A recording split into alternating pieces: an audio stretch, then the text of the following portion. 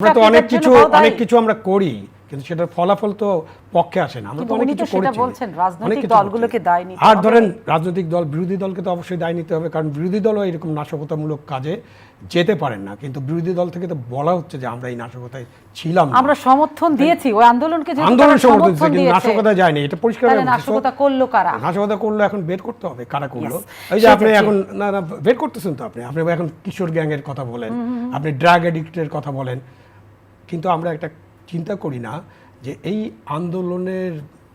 আন্দোলনের সময়ে বা এই আশেপাশে আমাদের কিন্তু বাংলাদেশের অনেকগুলো বড় বড় সমস্যা আছে। সেই সমস্যাগুলো নিয়ে তো ভাবতে হবে। একটা দেশে 42 লাখ 40 লাখ শিক্ষিত বেকার, চাকরি পায় না।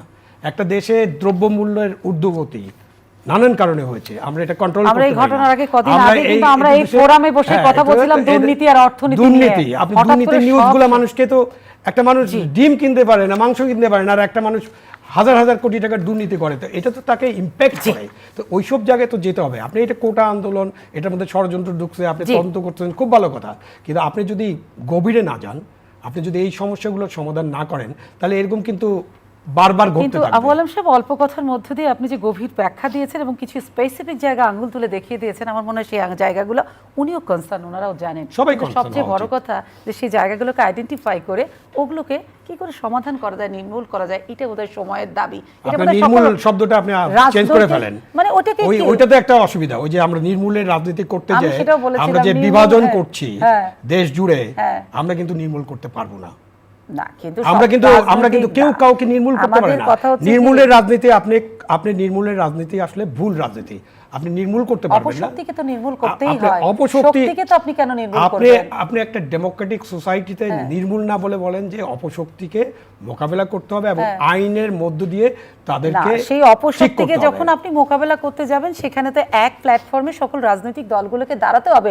রাজনৈতিক বিভাজন, আপনি যদি নির্মূলের রাজনীতি করেন, আপনি বিভাজন করেন, তো আপনি দাঁড়াবেন না। তাহলে আপনি কথা বলেন না, গলায় ঘন্টা বাজবে, কোথায় বিভাজন তো জীবনেও শেষ হবে না। তখন আমরা যত রাস্তা দিয়ে হাঁটবো ডানে বামে এরকম সবাইকে দেখতে পাবো। আপনি নির্মূলের রাজনীতি, বিভাজনের রাজনীতি, এগুলো ত্যাগ করতে হবে। ত্যাগ করে আমাদের কথা বলতে হবে। আমাদের তো যদি স্টেট অফ ইমার্জেন্সি মনে করি আমরা, আমাদের তো আগিয়ে আসতে হয়। পলিটিক্স যখন অন্ধ হয়ে যায়, তখন তো সুশীল সমাজকে আসতে হয়। আপনি আরেকটা অ্যাঙ্গেলে গেলেন। আমি ওই অ্যাঙ্গেলে আজকে আলাপ করব না। সুশীল সমাজ, নাগরিক সমাজ এসব আছে এই দেশে। কেন ডিভাইডেড না, সবাই তো দলের। আপনি সুশীল সমাজ একটা বাইর করেন না, সব সুশীল সমাজ, নাগরিক সমাজ, অমুক তমুক, মানে বিশ্ববিদ্যালয়ের ভিসি, শিক্ষক, অ্যাডভোকেট, ব্যারিস্টার্স, সবাই কোনো না কোনো দলের সাথে যুক্ত। আপনি কিসের কোনো নাগরিক সমাজ কোনো কথা বলছে, এই কথা আমাদের ভবিষ্যৎ বড় অন্ধকার কথা বলছে।